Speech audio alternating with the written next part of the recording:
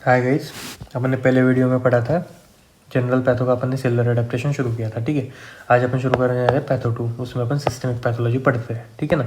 अब systemic pathology को अपन ने 3 टाइप के सिस्टम में अपन डिवाइड करते हैं। एक तो बिग सिस्टम्स, इंटरमीडिएट सिस्टम्स और स्मॉल सिस्टम्स। ठीक है, तो अगर देखी जाए तो GIT, हिपेटोबिलियरी सिस्टम, RS, CVS और यूरिनरी ट्रैक्ट, ये जो है ये अपन बिग सिस्टम्स करके कंसिडर करते हैं। ठीक है।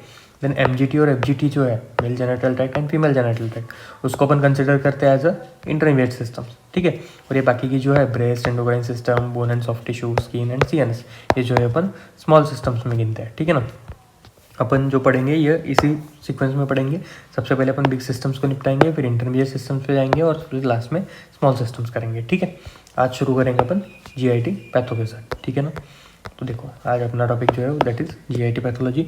उसमें भी अपन इस लेक्चर में क्या पढ़ेंगे, कंजेनिटल एनोमलीज पढ़ेंगे और इसोफेगस की पैथोलॉजी पढ़ेंगे। ठीक है।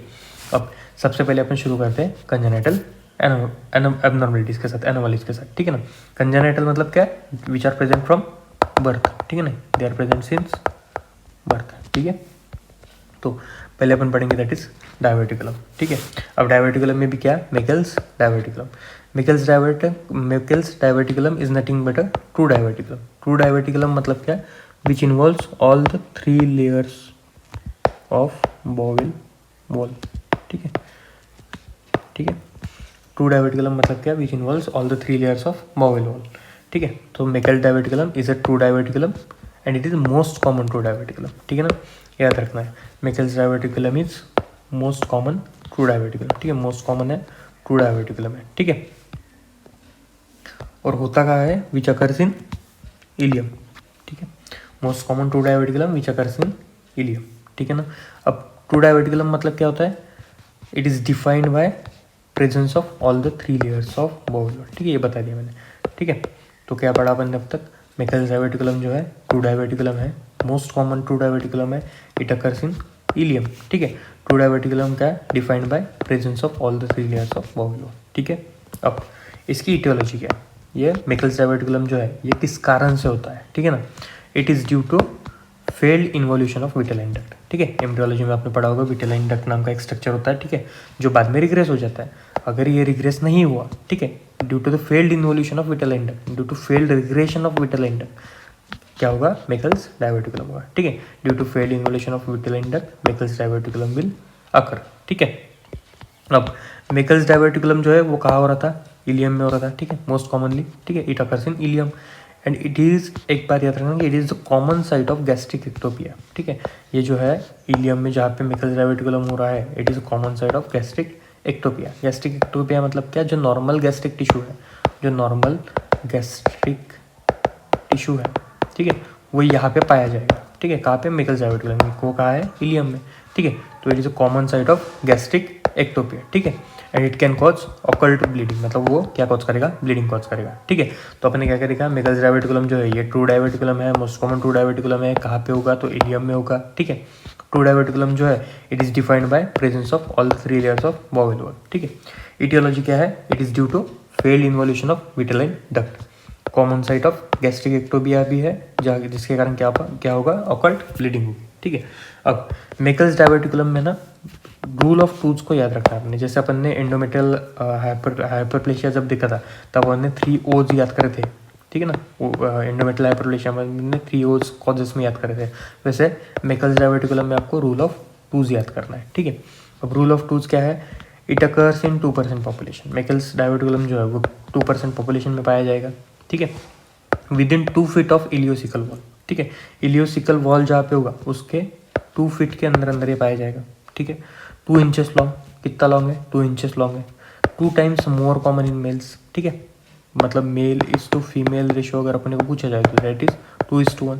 ठीक है, तो 2 times more common in males, ये मैं यहाँ पे लिख देता हूँ। ठीक है, male is to female ratio जो है ये 2:1 है। ठीक है ना, 2:1 है। सो क्या है, 2% पॉपुलेशन में पाया जाएगा, 2 फीट ऑफ इलियोसिकल वॉल के अंदर अंदर पाया जाएगा, 2 इंचेस लॉन्ग है एंड 2:1 इसका मेल टू फीमेल रेशियो है। ठीक है, and symptomatic by age of 2। ठीक है, ये सिम्टम्स इसके कब दिखेंगे, जब बेबी या इन्फेंट जो है वो एज ऑफ 2 कंप्लीट कर लेगा या 2 साल का हो जाएगा, then it will be symptomatic. ठीक है, अब एक्वायर्ड डायवर्टिकुलम, अगर ये क्या था, कंजेनिटल डायवर्टिकुलम है ना, ठीक है। तो अगर एक्वायर्ड डायवर्टिकुलम है तो it is most common in sigmoid colon, जो यहाँ पे इलियम में हो रहा था मिकल्स डायवर्टिकुलम, तो एक्वायर्ड डायवर्टिकुलम जो है वो कहाँ पे होता है, सिग्मॉइड कोलन में होता है। It is not important as far as our UG preparation is concern, ठीक है ना। सो जीआईटी पैथोलॉजी में अपन ने शुरू किया कंजेनिटल एब्नॉर्मलिटीज़ को, उसमें अपन पढ़ रहे हैं Meckel's diverticulum. Meckel's diverticulum is nothing but most common true diverticulum, ये which occurs in the ileum, कहाँ पे होगा, इलियम में होगा, ठीक है। ट्रू डायवर्टिकुलम मतलब क्या है, it is defined by presence of all the 3 layers of bowel wall, ठीक है। मेकल्स डायवर्टिकुलम ट्रू डायवर्टिकुलम है, मोस्ट कॉमन है। ट्रू डायवर्टिकुलम अपन ने क्यों बोला, क्योंकि इसमें 3 layers of bowel wall involve है। इटियोलॉजी क्या है, failed involution of vitelline duct के कारण हो रहा है। Vitelline duct is embryological structure which regresses after birth, but अगर उसका फेल्यूर मतलब रिग्रेशन का फेल्यूर हो तो क्या होगा, मेकल्स डायवर्टिकुलम होगा। It is a common site of gastroectopia और it can cause ectopic occult bleeding, ठीक है। निमोनिक में अपन ने रूल ऑफ 2 याद करा, 2% पॉपुलेशन में होगा, with in 2 feet of ileocaecal volume में होगा, 2 इंचेस लॉन्ग है, 2 टाइम्स मोर कॉमन है मेल्स में और सिम्टोमेटिक है बाय एज ऑफ 2, ठीक है। तो ये अपनी आपकी मेकल्स डायवर्टिकुलम की डायग्राम है, ठीक है। मेकल्स डायवर्टिकुलम की डायग्राम में क्या है, ये stomach, small intestine, large intestine, और यहाँ पे आपको मेकल्स डायवर्टिकुलम भी दिख जाएगा। ये देखो, ये रहा आपका मेकल्स डायवर्टिकुलम, ठीक है, जो इलियम से निकल रहा है, ठीक है ना। सो ये होगा मेकल्स डायवर्टिकुलम का कवर, ठीक है। अब मेकल्स डायवर्टिकुलम आपको जो है यूनिवर्सिटी एग्जाम में एससीक्यू करके आ सकता है, ठीक है। इसके चांसेस बहुत कम है आने के एससीक्यू करके, क्योंकि ये कंसिडर किया जाता है कि आपको एम्ब्रियोलॉजी में ये कवर्ड हो चुका है, ठीक है। But it can be as a question also, short note करके आपको आ सकता है, ठीक है। और ये जो है ये सब आपको पीजी पॉइंट ऑफ व्यू के लिए तो इम्पोर्टेंट है, ठीक है। अब नेक्स्ट क्वेश्चन या नेक्स्ट पॉइंट जो अपना है दैट इज हर्षस्प्रंग्स डिसीज, ठीक है। हर्षस्प्रंग्स डिसीज भी आपको आया तो ऐसे क्यों करके ही आएगा, ठीक है। इसके भी चांसेस कम है लेकिन ग्रेटर देन दिस, क्योंकि ये एम्ब्रियोलॉजी में कवर्ड है ऐसा माना जाता है, लेकिन Hirschsprung's disease is proper pathological question है। ये जनरली ज़्यादातर मेडिसिन में पूछा जाएगा, ठीक है ना। तो हर्षस्प्रंग डिसीज जो है ये भी कंजेनिटल एब्नॉर्मलिटी है, और इसका दूसरा नाम क्या है, कंजेनिटल ए गैंग्लियोनिक मेगाकोलन, ठीक है। Hirschsprung disease is also known as congenital aganglionic megacolon, ठीक है। नाम में ही है ए गैंग्लियोनिक मतलब क्या, गैंग्लियन सेल्स नहीं रहेंगे, गैंग्लियंस इसमें प्रेजेंट नहीं रहेंगे, ठीक है। तो अगर यहाँ पे अपने डायग्राम देखिए हर्षस्प्रंग डिसीज की, देखिए ये नॉर्मल कोलोन एंड रेक्टम है, ठीक है, नॉर्मल कोलोन एंड रेक्टम है। लेकिन यहाँ पे हर्षस्प्रंग डिसीज में क्या हो गया, अब्सेंस ऑफ गैंग्लियोनिक सेल्स है, तो अगर गैंग्लियोनिक सेल्स के एब्सेंस है तो यहाँ पे मेगा कोलोन बन गया, ठीक है। इसलिए अपन ने इसको क्या बोला, कंजेनिटल ए गैंग्लियोनिक मेगा कोलोन, ठीक है, मेगा कोलोन, ठीक है। और ये रेक्टम जो है ये क्या हो गया, यहाँ पे श्रंक हो गया। तो ये हो गई डायग्राम आपके हर्षस्प्रंग डिसीज, ये आपका कोलोन, नॉर्मल रेक्टम, यहाँ पे ए गैंग्लियोनिक सेल्स है, श्रंकन रेक्टम है और इनलार्ज कोलोन है, ठीक है ना। अब हर्षस्प्रंग डिसीज क्या है वो देखते हैं अपन। तो normal migration of neural crystals from caecum to rectum is arrested prematurely. Normally क्या होता है कि न्यूरल क्रिस्टल्स जो है, आपने एम्ब्रियोलॉजी में पढ़ा होगा कि न्यूरल क्रिस्टल्स जो है वो माइग्रेट करते हैं और बहुत से स्ट्रक्चर्स बॉडी में बनाते हैं, ठीक है। तो इस केस में क्या होगा, हर्षस्प्रंग डिसीज के केस में जो normal migration of neural crystals है वो अरेस्ट हो जाएगा, ठीक है, मतलब वो प्रोसेस होगी नहीं, नॉर्मल माइग्रेशन नहीं होगा न्यूरल क्रिस्टल्स का, ठीक है। इसके इटियोलॉजी में आपको ये लिखना है, ठीक है। हर्षस्प्रंग डिसीज के इटियोलॉजी पॉइंट में आपको ये वाली लाइन लिखनी है, ठीक है ना। आपको हेडिंग्स पैथोलॉजी की ऐसे ही लिखनी है, इटियोलॉजी लिखना है, ठीक है। फिर बाकी की चीज़ें लिखनी है, पैथोजेनेसिस वगैरह वगैरह, ठीक है। इसमें ज़्यादा है नहीं क्योंकि ये ऐसे कुछ के पॉइंट है, जब आएगा तब मैं वो भी बता दूंगा। लेकिन हर्षस्प्रंग डिसीज में आपको क्या लिखना है, it is congenital aganglionic megacolon, aetiology क्या है, normal migration of neural crystals is arrested prematurely, ठीक है। अब distal intestinal segment lacks both Meissner submucosal and Auerbach's myenteric plexus, ठीक है। तो जो मिजनस प्लेक्सस और माइंट्रिक प्लेक्सस होते हैं ना, they are absent in this, ठीक है। तो देखो न्यूरल क्रिस्टल्स नहीं आए, उसके कारण क्या हो गया, एब्सेंस ऑफ गैंग्लियन सेल्स। अब गैंग्लियन सेल्स नहीं है मतलब क्या है, मिजनस प्लेक्सस और ऑर्बैक्स माइंट्रिक प्लेक्सस जो है वो यहाँ पे एब्सेंट है, ठीक है। मिजनस प्लेक्सस एंड माइंट्रिक प्लेक्सस जो है वो एब्सेंट है डिस्टली, ठीक है ना। अब proximal to aganglionic segment colon undergoes progressive dilation, ठीक है। ये डिस्टली जो है यहाँ पे आपका मिजनस प्लेक्सस भी नहीं है, माइंट्रिक प्लेक्सस भी नहीं है, लेकिन प्रॉक्सिमल जो है, प्रॉक्सिमल मतलब ए गैंग्लियोनिक सेगमेंट के प्रॉक्सिमल मतलब ये वाला पार्ट, ठीक है ना। तो it will B undergoing progressively dilation, ठीक है। इसमें क्या होगा, प्रोग्रेसिवली डायलेशन होगा, ठीक है। अब defect always begins in the rectum, ये जो डिफेक्ट है ये शुरू कहाँ पे होगा, ऑलवेज इन द रेक्टम, ठीक है। Defect always will begin in the rectum but x tends proximally for variable length, ठीक है। ये यहाँ से शुरू होके प्रॉक्सिमली वेरिएबल सेगमेंट तक एक्सटेंड करेगा, ठीक है। शुरू यहाँ से होगा रेक्टम से और प्रॉक्सिमली ये एक्सटेंड करेगा टू वेरिएबल लेंथ, ठीक है। अब ए गैंग्लियोनिक रीजन में है वो ग्रॉसली नॉर्मल और कॉन्ट्रैक्टेड अपीयरेंस। जो ए गैंग्लियोनिक रीजन है ना उसका ग्रॉसली, अगर अपन ग्रॉसली देखें तो ए गैंग्लियोनिक सेगमेंट जो है वो लगभग सेम ही दिख रहा है, ठीक है, लगभग सेम दिख रहा है, ठीक है। तो आइदर ए गैंग्लियोनिक सेगमेंट ग्रॉसली अगर देखा जाए तो आइदर वो नॉर्मल दिखेगा या फिर कॉन्ट्रैक्टेड अपीयरेंस दिखेगा, तो नॉर्मल दिखेगा या फिर कॉन्ट्रैक्टेड दिखेगा, ठीक है। इन कॉन्ट्रास्ट, लेकिन इसके कॉन्ट्रास्ट में अगर अपन देखें तो नॉर्मली इनर्वेटेड प्रोक्सिमल कोलोन में अंडरगो प्रोग्रेसिव डायलेशन, जो उसके प्रॉक्सिमली जो कोलन है, ठीक है, वो अगर अपन देखें तो नॉर्मली वो नॉर्मल दिखेगा। लेकिन अगर हर्शस्प्रिंग डिसीज है, ठीक है, अगर ये ए गैंग्लियोनिक सेगमेंट है तो जो प्रॉक्सिमल सेगमेंट है to the aganglionic segment, ठीक है, इट विल अंडरगो डायलेशन, ठीक है। तो ग्रॉसली अपन को ये डायलेटेड पोर्शन दिखेगा, ठीक है। इट कैन अकर नॉर्मल और contracted but it will surely grossly, अगर अपन देखें तो it will surely be dilated region, ठीक है।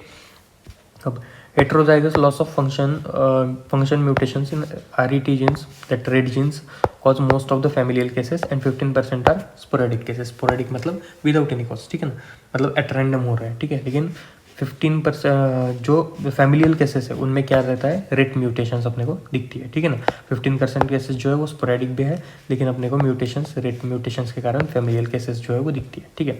तो हर्शस्प्रिंग डिसीज जो है वो अपना SCQ पॉइंट है, ठीक है। SCQ पॉइंट में अपने को आपको क्या क्या लिखना है, Hirschsprung disease also known as congenital aganglionic megacolon, ठीक है। इटियोलॉजी में आपका लिखोगे failure of the migration of neural crest cells, ठीक है। अब उसके बाद आप अगर हो सके डायग्राम अच्छी हो तो ये बना देना, ठीक है। रिप्रेजेंटेटिव डायग्राम बनी नहीं, बहुत अच्छी डायग्राम है, ऐसा कुछ है नहीं, ठीक है।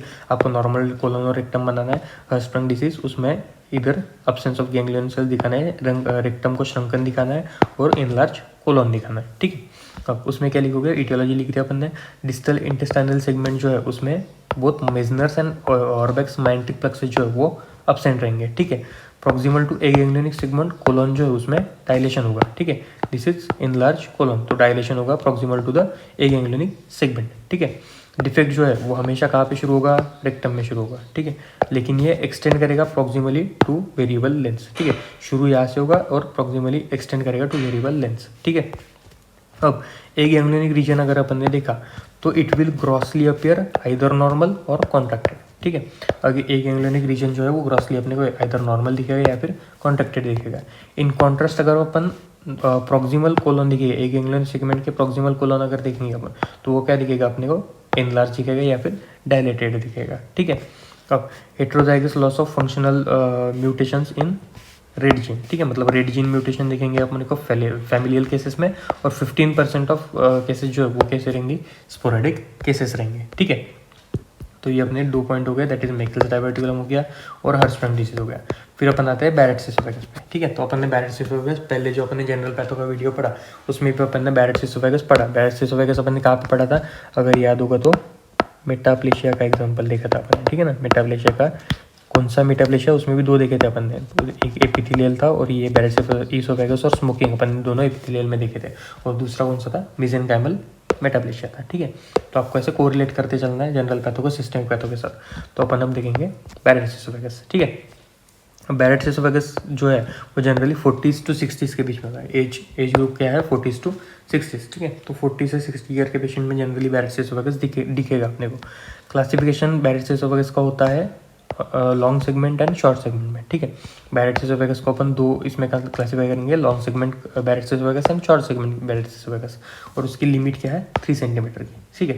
तो 3 सेंटीमीटर या फिर उससे ज़्यादा अगर रहा तो उसको अपन बोलेंगे लॉन्ग सेगमेंट, और 3 सेंटीमीटर से कम अगर रहा तो उसको अपन बोलेंगे शॉर्ट सेगमेंट, ठीक है।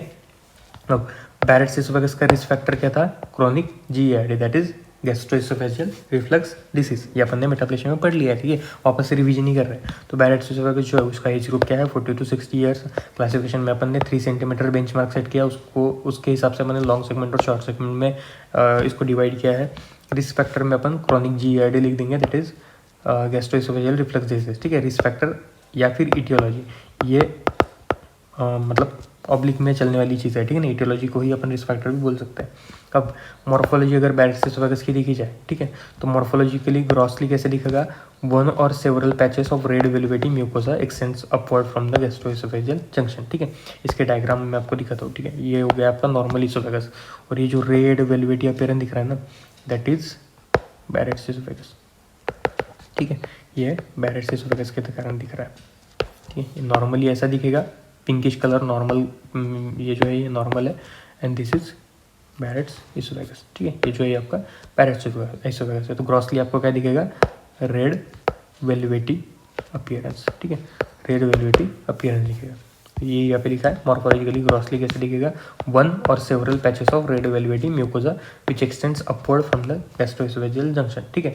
शुरू कहाँ से होगा बैरेट्स एसोफेगस, गैस्ट्रोएसोफेजियल जंक्शन है, तो वहाँ से होके एक्सटेंड करेगा अपवर्ड क्या, रेड वेलवेटी म्यूकोसा, ठीक है। तो ये उसका ग्रॉस अपीयरेंस होगा, red velvety mucosa which x tends upward from the gastro-oesophageal junction, ठीक है। अब माइक्रोस्कोपिकली क्या दिखेगा, इंटेस्टाइनल टाइप मेटाप्लेशिया, मतलब वही मेटाप्लेशिया दिखेगा अपने को, ठीक है। तो कौन सा मेटाप्लेशिया दिख रहा था यहाँ पे, कॉलमनर मेटाप्लेशिया दिख रहा था, जिसमें स्क्वामस एपिथेलियम जो है वो रिप्लेस हो रहा था बाय कॉलमनर एपिथेलियम, जिसमें गॉबलेट सेल्स भी थे, ठीक है। तो ये आपका माइक्रोस्कोपिकली फीचर हो गया, ठीक है, जो अपन ने जनरल पैथो में पढ़ लिया था पहले वीडियो में। अब बैरेट्स एसोफेगस के लिए इन्वेस्टिगेशन क्या करोगे, इन्वेस्टिगेशन में आपको एंडोस्कोपी करनी है या फिर बायोप्सी करनी है, ठीक है। आइदर एंडोस्कोपी करोगे या फिर बायोप्सी करोगे, ठीक है। अब इसके कॉम्प्लिकेशंस क्या क्या हो गया, ठीक है। इसके कॉम्प्लिकेशंस में एक तो डिस्प्लेशिया होगा, ठीक है। डिस्प्लेशिया मैं आपको बोला कि अपन जब न्यूरोप्लेशिया पढ़ेंगे तब पढ़ेंगे, लेकिन मैं बता देता हूँ कि dysplasia is nothing but pre neuroplastic condition, ठीक है ना। डिस्प्लेशिया क्या होती है, लिख देता हूँ मैं यहाँ पे, dysplasia is nothing but pre neuroplastic condition, ठीक है ना। तो डिस्प्लेशिया क्या होती है, एक प्री न्यूरोप्लास्टिक कंडीशन होती है, ठीक है ना। तो इसके कॉम्प्लिकेशन में क्या क्या लिखेंगे अपन, एक तो डिस्प्लेशिया होगा या फिर इसोफेजियल एडेनोकार्सिनोमा हो सकता है, ठीक है। तो ये होगा आपका बैरेट्स एसोफेगस। तो वापस से एक बार देखते हैं, बैरेट्स एसोफेगस क्या है, GERD होगा, गैस्ट्रोएसोफेजियल रिफ्लक्स डिसीज होगा, ठीक है। उसके कारण जो स्टमक का HCl है, ठीक है ना, वो HCl इसोफेगस में आएगा, ठीक है। अब वो HCl जो है वो इसोफेगस को क्या करेगा, इरिटेट करेगा। तो इरिटेशन होने के कारण क्या होगी, एडेप्टेशन होगी, सेल एडेप्टेशन, ठीक है, जनरल वाला ही पॉइंट है, सेल एडेप्टेशन होगी। सेल एडेप्टेशन में नॉर्मल इसोफेगस का एपिथेलियम क्या होता है, स्क्वामस एपिथेलियम। अब ये स्क्वामस एपिथेलियम कन्वर्ट होगा इन व्हाट, कॉलमनर एपिथेलियम, ठीक है। अब अगर एसिड जो है वो इसोफेगस में जा रहा है, तो इसोफेगस को उसको न्यूट्रलाइज करने के लिए, एसिड को न्यूट्रलाइज करने के लिए क्या चाहिए होगा, बेस चाहिए होगा, ठीक है। अब ये जो बेस है, ये बेस क्या होगा अपना बाइकार्बोनेट, ठीक है। और बाइकार्बोनेट कहाँ से मिलेगा, म्यूसिन से मिलेगा। तो म्यूसिन बनाने के लिए क्या चाहिए, गॉबलेट सेल चाहिए, ठीक है, गॉबलेट सेल चाहिए म्यूसिन बनाने के लिए। और गॉबलेट सेल्स किस में होती है, कॉलमनर एपिथेलियम में, ठीक है ना। तो इसके कारण चेंज जो होगा वो इंड्यूस होगा और कॉलमनर एपिथेलियम अपने को मिलेगा, जिसमें गॉबलेट सेल्स मिलेंगे, और जिसको अपन ग्लैंडुलर मेटाप्लेशिया भी बोलते हैं, या फिर इधर अपन ने इंटेस्टाइनल मेटाप्लेशिया भी उसको बोल सकते हैं, ठीक है ना। तो ये वापस से वही रिवीजन है, एंडोस्कोपी आप करोगे या फिर आप बायोप्सी कर सकोगे, ठीक है। एंडोस्कोपी में आपको ग्रॉसली कैसे दिखेगा, रेड वेलवेटी म्यूकोसा दिखेगा, और बायोप्सी जो है वो आप करोगे, जंक्शन की बायोप्सी भी आप कर सकते हो, ठीक है। तो एंडोस्कोपी में आपको रेड वेलवेटी म्यूकोसा दिखेगा विच x tends up from gastro-oesophageal junction, ठीक है। अब माइक्रोस्कोपिकली गॉबलेट सेल जो वो है वो अपने को दिखेंगे, ठीक है, उसमें म्यूसिन दिखेगा अपने को। और जो गॉबलेट सेल्स आपने फर्स्ट ईयर में भी निकाले होंगे, तो गॉबलेट सेल जो है ना वो क्लियर सेल्स होते हैं, ठीक है। बाकी सेल्स को अपन पिंक कलर करते हैं, लेकिन गॉबलेट सेल्स को खाली छोड़ते हैं, उसको अपन क्लियर सेल्स बोलते हैं, ठीक है। अब use special stain to differentiate between fat and mucin, ठीक है। इसके लिए अपन अब देखो, आपने देखा होगा कि फैट में भी अपन क्लियर सेल्स निकालते हैं, और म्यूसिन के लिए भी अपन गॉबलेट सेल्स में भी क्लियर सेल्स निकलते हैं। तो अपने को अगर डिफ्रेंशिएट करना है कि इधर ये फैट है या फिर म्यूसिन है, तो अपन क्या करेंगे, स्पेशल स्टेन्स को यूज़ करेंगे। और स्पेशल स्टेन में पास स्टेन यूज़ करेंगे अपन, ठीक है। पास स्टेन जो है उसमें अपन मैजेंटा कलर आएगा और एल्चियन ब्लू में ब्लू कलर आएगा, ठीक है। अगर ये गॉबलेट सेल्स रहे और उसमें म्यूसिन रहा तो स्पेशल स्टेन यूज़ करेंगे। स्पेशल स्टेन कौन से यूज़ करेंगे, एक तो पास स्टेन यूज़ करेंगे, दूसरा अपन एल्शियम ब्लू यूज़ करेंगे, ठीक है। पास स्टेन में अपने को मेजेंटा कलर दिखेगा और एल्शियम ब्लू में ब्लू कलर दिखेगा, ठीक है। अब GARD परसिस्टेंट रहेगा या फिर अनट्रीटेड रहा, अगर GARD परसिस्टेंट रहा या फिर अनट्रीटेड रहा बहुत सालों के लिए, ठीक है ना, तो क्या दिखेगा अपने को, तब क्या दिखेगा अपने को, बैरेट्स इसोफेगस दिखेगा, ठीक है ना। तब अपने को बैरेट्स इसोफेगस दिखेगा। उसका मैकेनिज्म क्या था, मेटाप्लेशिया वाला मैकेनिज्म। तो क्या था मेटाप्लेशिया का exam mechanism action, the mechanism that is reprogramming of stem cells, ठीक है। अब ये जो है Barrett's oesophagus, it is a risk for oesophageal adenocarcinoma, ये अपन ने सब देख लिया, ठीक है। 2 बार रिवाइज हो गया, ठीक है। तो ये Barrett's oesophagus, age 40 to 60, classification long segment short segment based on 3 centimetre का बेंचमार्क। रिस्क फैक्टर क्या है, GARD, ठीक है। मॉर्फोलॉजी में ग्रॉसली देख लिया अपन ने, रेडियोवेलिटी अपीयरेंस। माइक्रोस्कोपी के लिए अपन ने देख लिया कि squamous metaplasia is converting into columnar metaplasia और उसमें गॉबलेट सेल्स निकालनी है, ठीक है। Investigation of choice endoscopy and bioscopy करेंगे, बायोप्सी करेंगे, सॉरी। कॉम्प्लिकेशंस में क्या है, डिस्प्लेशिया हो सकता है या फिर इसोफेजियल एडेनोकार्सिनोमा होता है, ठीक है। तो ये आप उसको इटियोलॉजी को फ्लो चार्ट के फॉर्म में ऐसे एक्सप्लेन कर सकते हो कि GARD हुआ, फिर GARD के कारण जो HCl था स्टमक का वो आया इसोफेगस में, उसने इरिटेट किया इसोफेगस को, ठीक है। तो इसोफेजियल नॉर्मल जो एपिथेलियम है वो स्क्वामस एपिथेलियम होता है, लेकिन उसको अगर इरिटेट कर रहा है एसिड HCl तो उसको बेस चाहिए, ठीक है। बेस कौन सा, बाइकार्बोनेट। तो बाइकार्बोनेट किस में प्रेजेंट रहेगा, म्यूसिन में, ठीक है। तो अगर म्यूसिन चाहिए तो उसको गॉबलेट सेल्स को प्रोड्यूस करना पड़ेंगे। अगर गॉबलेट सेल्स प्रोड्यूस करने तो उसको कॉलमनर एपिथेलियम चाहिए, तो वो कॉलमनर एपिथेलियम बनाएगा। कॉलमनर एपिथेलियम में गॉबलेट सेल्स प्रेजेंट रहेंगे, इसलिए अपन इसको ग्लैंडुलर मेटाप्लेशिया भी बोलते हैं, ठीक है ना। अब एंडोस्कोपी में क्या है, रेडियोवेलिटी म्यूकोजा जो है वो अपने को दिखेगा और बायोप्सी भी अपन कर सकते हैं, ठीक है ना। अब माइक्रोस्कोपी के लिए जो है ग्लोबुलेट सेल्स प्रेजेंट रहेंगे और उसमें म्यूसिन जो है वो प्रेजेंट रहेगा और वो कैसे क्लियर सेल्स दिखेंगे, ठीक है।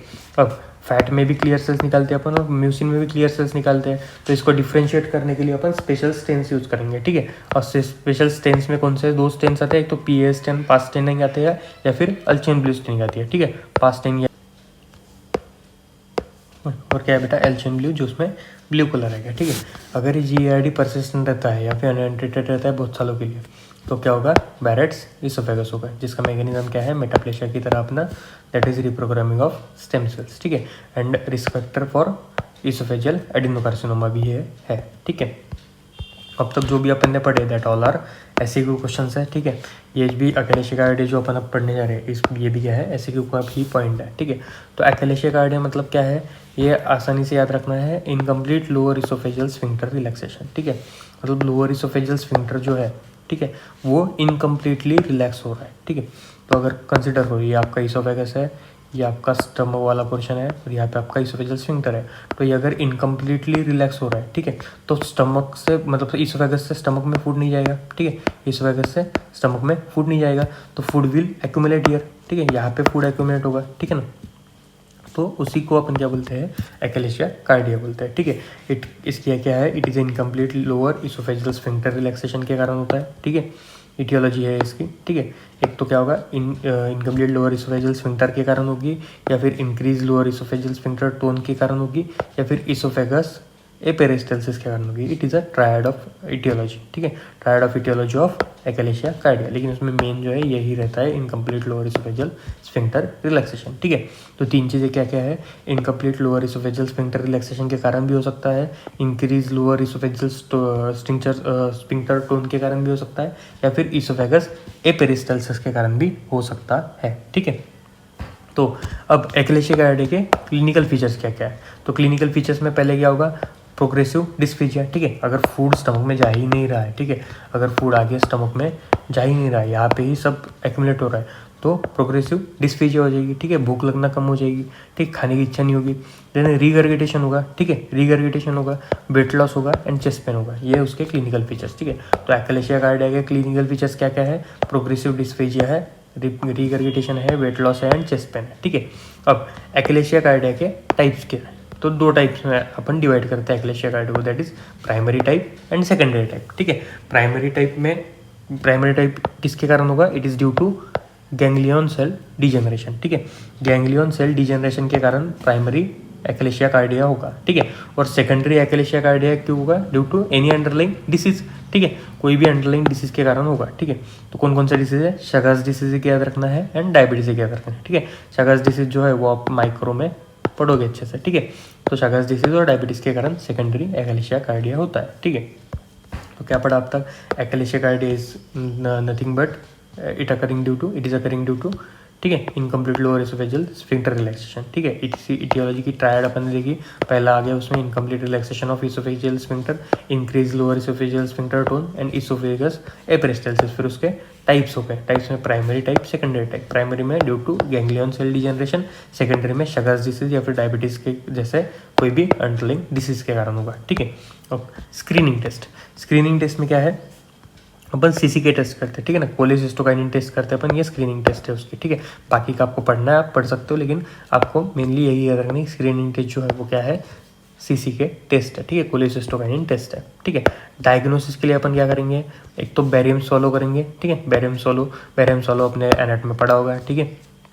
तो बैरियम सोलो करेगा जिसमें क्या दिखेगा अपने को, बर्ड बीक अपीयरेंस या फिर रेड टेल अपीयरेंस दिखेगा, ठीक है, ये याद ही रखना है, ठीक है ना। तो डायग्नोसिस में अपन बैरियम सोलो करेंगे जिसमें बर्ड बीक अपीयरेंस या फिर रेड टेल अपीयरेंस दिखेगा इसोफेगस का, ठीक है ना। तो ये क्यों दिखेगा रेड टेल अपीयरेंस या फिर bird beak appearance, due to normal upper oesophagus with tapering in the lower part, ठीक है ना। ये नॉर्मल इसोफेगस है और लोअर पार्ट में वो कैसा होगा, टेपर होगा, ठीक है। तो बर्ड बीक अपीयरेंस आएगी या फिर रेड टेल अपीयरेंस आएगी, ठीक है। और ये जो मैनोमेट्री है ये भी अपन कर सकते हैं, it is the most confirmatory investigation, ठीक है। एक तो अपन बैरियम सोलो करेंगे या फिर मैनोमेट्री करेंगे, बेस्ट कन्फर्मेटरी इन्वेस्टिगेशन कौन सी है, मैनोमेट्री है, ठीक है। अब ट्रीटमेंट में अपन medically it is manage with botulinum toxin, ठीक है। मेडिकली अपन उसको मैनेज करते हैं बोटुलिनम टॉक्सिन के साथ, बट ट्रीटमेंट ऑफ चॉइस अगर कुछ बोला जाए तो that is surgical excision of muscle of the lower oesophagus and cardia, ठीक है। मेडिकली अगर अपने को ट्रीट करना है तो अपन बोटुलिनम टॉक्सिन से उसको ट्रीट कर सकते हैं, लेकिन अपन ट्रीटमेंट ऑफ चॉइस अगर पूछे तो वो क्या है, सर्जिकल एक्सिजन, ठीक है। तो ये होगा आपका एक्लेशिया कार्डिया, ठीक है।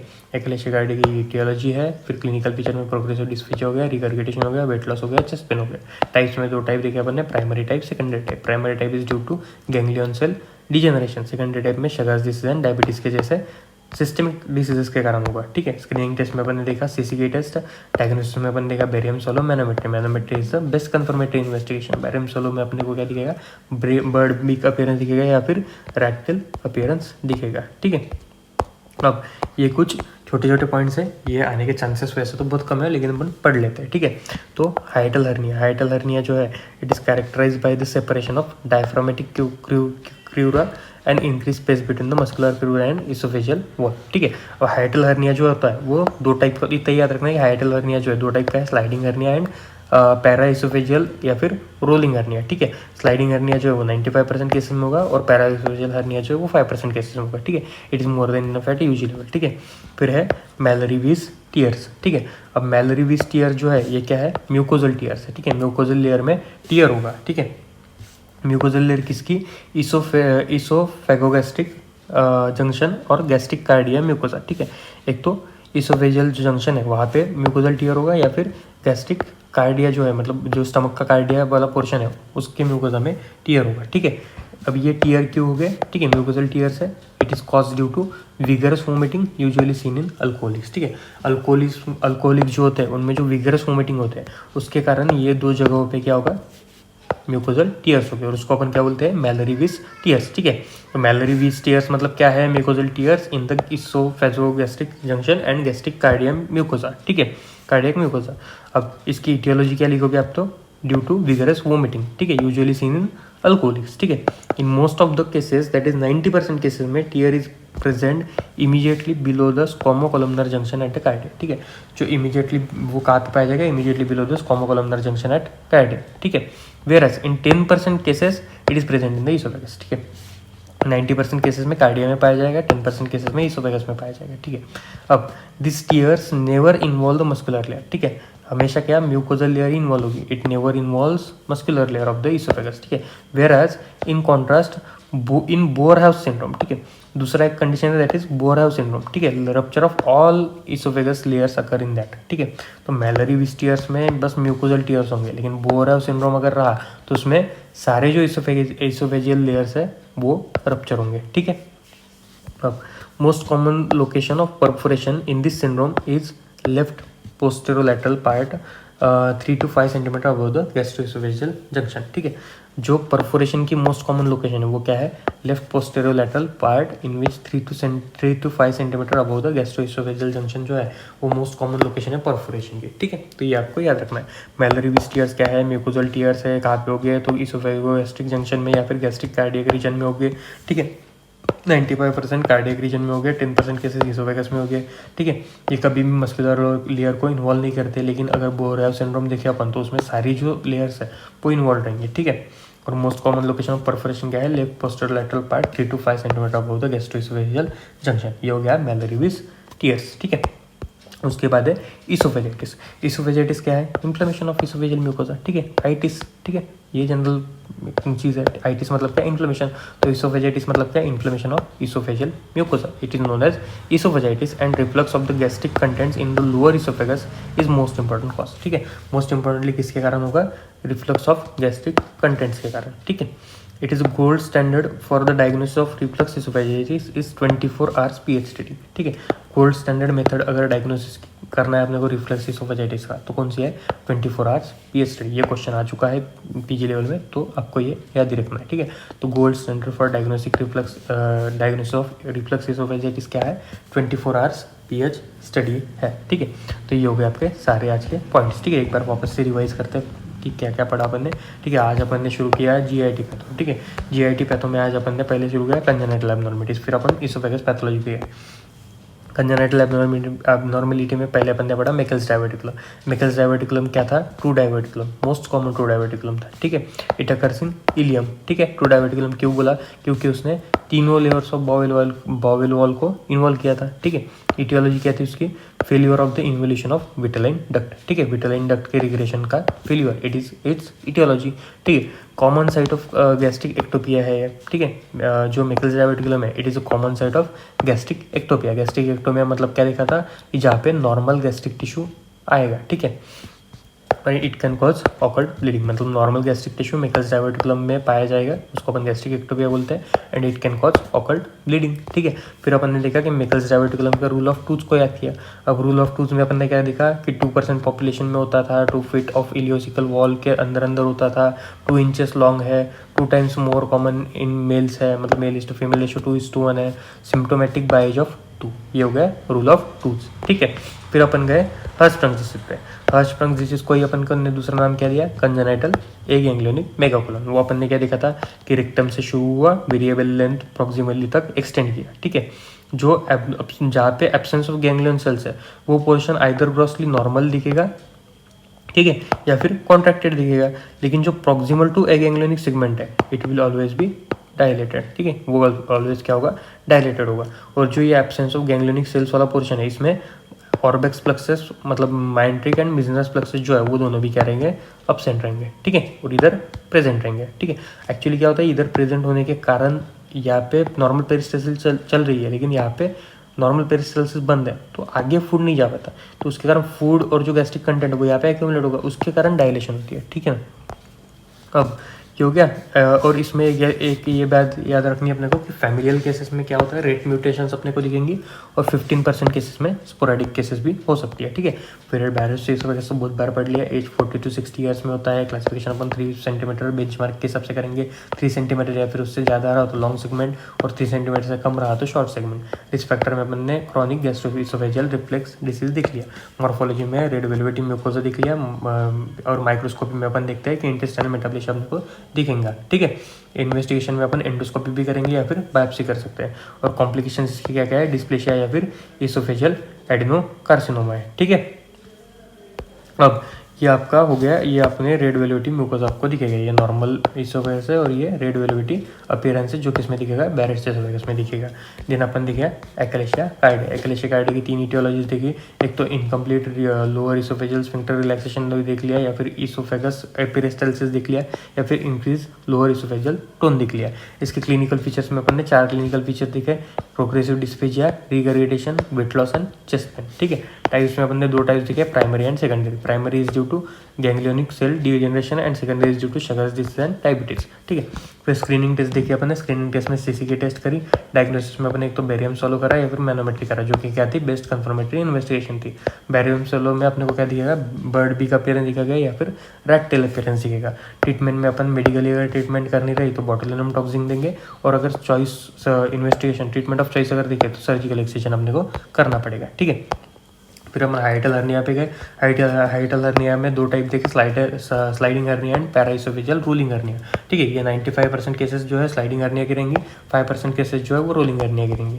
फिर अपन गए मैलरी विस्टियर्स पे। मैलरी विस्टियर्स क्या था, म्यूकोजल टीयर था, आइदर हो रहा था इसोफेगोगैस्ट्रिक जंक्शन पे या फिर गैस्ट्रिक कार्डियक रीजन में। ठीक है, 90% केसेस में गैस्ट्रो इसोफेगोगैस्ट्रिक जंक्शन में हो रहा था, और जो 5% केसेस है, ठीक है, वो कहाँ पे हो रहा था, कार्डियक रीजन में हो रहा था। ठीक है, सॉरी इसोफेगस में हो रहा था, सॉरी 90% केसेस में कार्डियक रीजन में हो रहा था, 10% केसेस में इसोफेगस में हो रहा था, sorry. Then it never involves muscular layer, ये हमेशा क्या म्यूकोजल लेयर को इन्वॉल्व करेगा, मस्कुलर लेयर को नहीं करेगा। लेकिन अगर बोरेव सिंड्रोम अगर अपन ने देखा तो उसमें तीनों जो या सारी जो लेयर्स से इसोफेगस के वो रप्चर हो जाएंगे। ठीक है, फिर इसोफेजाइटिस देखा, जिसमें इन्फ्लेमेशन ऑफ इसोफेजियल म्यूकोजा है। ठीक है, ये किसके कारण होगा, रिफ्लक्स ऑफ गैस्ट्रिक कंटेंट्स के कारण होगा। ठीक है, gold standard for diagnosis of reflux oesophagitis क्या है, 24 आवर्स पीएच स्टडी है, जो आपको याद ही रखना है। ठीक है, अब अपन कुछ क्वेश्चन करेंगे। ठीक है, आज जो पढ़ा उसके ऊपर कुछ क्वेश्चंस करेंगे। अब देखो क्या दिया है, the bowel anomaly shown in the shown is from a neonatal autopsy. ठीक है, एक नियोनेट की ऑटोप्सी की है और उससे अपने को ये एनोमली दिखाई गई है। ठीक है, इट्स कॉमन इंसिडेंटल फाइंडिंग। ठीक है, कॉमन इंसिडेंटल फाइंडिंग है ऐसा बोला गया है। Although later in life it can be associated with gastrointestinal tract haemorrhage. ठीक है, हेमोरेज हो सकता है, क्यों हो रहा था हेमोरेज। ठीक है, पहले तो अपन देखते हैं कि ये जो एनोमली है वो क्या है। ठीक है, ये दिख रहा है अपने को स्ट्रक्चर। ठीक है, तो व्हाट इज योर डायग्नोसिस, अपने को क्या दिख रहा है, ये जो है ये इंटेस्टाइन है। ठीक है, और इससे एक प्रोग्रेस जो है वो ये क्या हुआ है, डायवर्टिकुलम दिख रहा है। ठीक है, तो ये क्या है, नथिंग बट मेकल्स डायवर्टिकुलम। ठीक है, क्या है, what is your diagnosis, it is मेकल्स diverticulum. ठीक है, from what embryonic structure it is derived, whittle induct, whittle induct से हो रहा था। ठीक है, हाउ कैन ब्लीडिंग ऑकर, अब ब्लीडिंग ऑकर क्यों थी, because it is a common site for gastric ectopia. ठीक है, गैस्ट्रिक एक्टोपिया की कॉमन साइट थी, तो उसके कारण क्या हो रही थी, ब्लीडिंग हो रही थी। अब how can this anomaly cause bowel obstruction. ठीक है, तो अपने आंसर देखते हैं क्या था, मेकल डायवर्टिकुलम है, देख लिया अपन, मतलब जो क्वेश्चन था पहला, what is your diagnosis, मेकल diverticulum. ठीक है, from what embryonic structure it is divide, whittle in duct. ठीक है, it is a true diverticulum with all the 3 layers. ठीक है, अब how can bleeding occur, bleeding कैसे होगी, गैस्ट्रिक एक्टोपिया के कारण, देख लिया अपन ने। अब how can this anomaly cause bowel obstruction, तो Meckel diverticulum can be associated with interception, जिसके कारण क्या होगा, बॉवेल ऑब्स्ट्रक्शन होगा। ठीक है, तो अपना मेकल डायवर्टिकुलम परफेक्ट हो गया। ठीक है, देन अब ये दूसरी केस है। दूसरी केस क्या है कि an infant who was born at term after uncomplicated pregnancy has not pass meconium by 2 days of age. ठीक है, 2 दिन का वो बच्चा हो गया है लेकिन उसने मिकोनियम पास नहीं किया। ठीक है, अब on examination his abdomen is distended, जब एग्जामिनेशन की तो एब्डोमेन जो था वो डिस्टेंडेड था और टिम्पेनेटिक था। ठीक है, and an emergent colectomy is perform, तो डॉक्टर्स ने क्या किया, कोलेक्टोमी परफॉर्म की।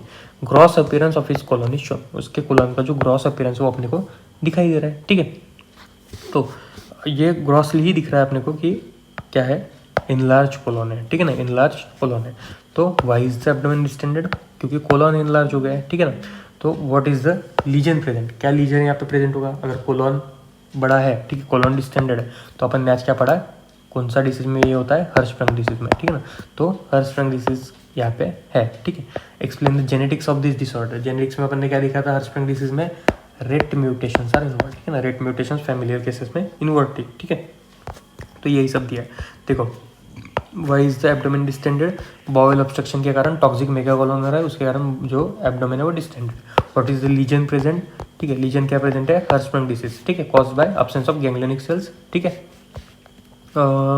उसके बाद अपन देख रहे हैं explain the genetics of this disorder. ठीक है, जेनेटिक्स ऑफ डिसऑर्डर में क्या है, रेड जीन म्यूटेशंस अपने को दिखेंगे। ठीक है, अब एक बात याद रखना, ये 4:1 male is to female predominance है, वो करेक्शन कर लेगा। ठीक है, क्योंकि ये रॉबिन्स का है, तो याद रखना 4:1 male is to female predominance होगा। ठीक है, वो एक करेक्शन कर लेना। देन अब ये अगला क्वेश्चन क्या है, 42-year-old man has 10-year history of post prandial epigastric pain, ठीक है, खाना खाने के बाद उसको एपिगैस्ट्रिक पेन होता है। Biopsy specimen content obtain 4 centimetre above the gastro-oesophageal junction, उन्होंने क्या किया, गैस्ट्रोइसोफेजियल जंक्शन के 4 सेंटीमीटर अबव से बायोप्सी करी, ठीक है, और माइक्रोस्कोपिक अपीयरेंस जो अपने को दिखाया गया। तो माइक्रोस्कोपिकली सीधे सीधे अपने को दिख रहा है कि क्या है, ये जो है क्लियर सेल जो दिख रही है, यहाँ पे भी क्लियर सेल दिख रही है, ये भी क्लियर सेल है, ये भी क्लियर सेल है, तो ये क्या है, गॉबलेट सेल्स है, ठीक है। गॉबलेट सेल से मतलब क्या कि कॉलमनरी एपिथेलियम है, और अपने को क्वेश्चन में बताया क्या गया है कि गैस्ट्रोइसोफेजियल जंक्शन के 4 सेंटीमीटर अबव, मतलब ईसोफेगस का ये बायोप्सी है। ईसोफेगस में अगर कॉलमनरी एपिथेलियम दिख रहा है, मतलब ये कौन सी कंडीशन है, इट इज़ बैरेट्स ईसोफेगस, ठीक है ना, बैरेट्स ईसोफेगस के कारण हो रही है। माइक्रोस्कोपिक डायग्नोसिस में अपने को क्या है, म्यूसिन वगैरह दिखेगा, गॉबलेट सेल्स वगैरह दिखेंगे, और अपन म्यूसिन के लिए कौन से स्टेनिंग यूज़ कर रहे थे, 2 स्पेशल स्टेन्स, एक तो पास स्टेन था, दूसरा एल्शियन ब्लू स्टेनिंग थी, ठीक है। इसकी कॉम्प्लिकेशंस क्या क्या दिखी थी अपन ने कि एडेनोकार्सिनोमा हो रहा था ईसोफेगस वाला, ठीक है, ये इसकी कॉम्प्लिकेशन और डिस्पेजिया हो रहा था, ठीक है। What is the how is the condition treated, तो how is condition treated, antacid दे देंगे अपन, ठीक है। तो ये देखो अपने क्वेश्चन के आंसर, क्रोनिक कंडीशन क्या है, गैस्ट्रोइसोफेजियल रिफ्लक्स डिसीज है, बैरेट्स मेटाप्लेशिया इसमें दिख रहा है, ठीक है। देन गॉबलेट सेल्स वगैरह दिखेंगे, ठीक है, और क्या होगा इसमें एडेनोकार्सिनोमा की रिस्क है, और इसको ट्रीट करने के लिए अपन एंटासिड्स यूज़ करेंगे, ठीक है। अब अगली केस क्या है, A 56-year-old man with 3-month history of increasing dysphagia, ठीक है। 56-year-old मैन है, 3 मंथ की उसकी हिस्ट्री ऑफ इंक्रीजिंग डिस्फेजिया, मतलब उसको भूख नहीं लग रही है, ठीक है। ये अंडरगोज बेरियम सोलो, तो उसको ने क्या किया, उसको डॉक्टर्स ने बेरियम सोलो करने के लिए बोला। अब उसने बेरियम सोलो किया और उसका रेडियोग्राफ अपने सामने ये दिया है, ठीक है।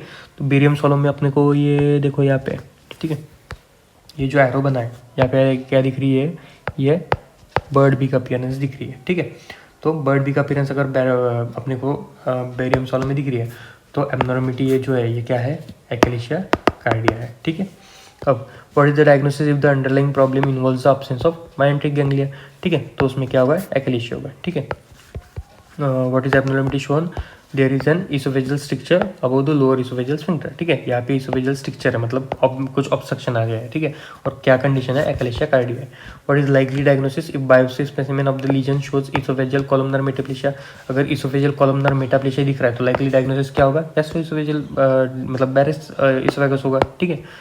अगर बायोप्सी, उन्होंने क्वेश्चन क्या पूछा है ये कैसा लग, लेकिन उन्होंने क्या पूछा, अगर अपने डायग्नोसिस करते हो बायोप्सी लिया और बायोप्सी में अगर कॉलमनर मेटाप्लेशिया दिखा तो क्या होगा, वो क्या डायग्नोसिस करेंगे अपन, तो बैरेट्स वजह से करेंगे, बट ऑब्वियस है, ठीक है।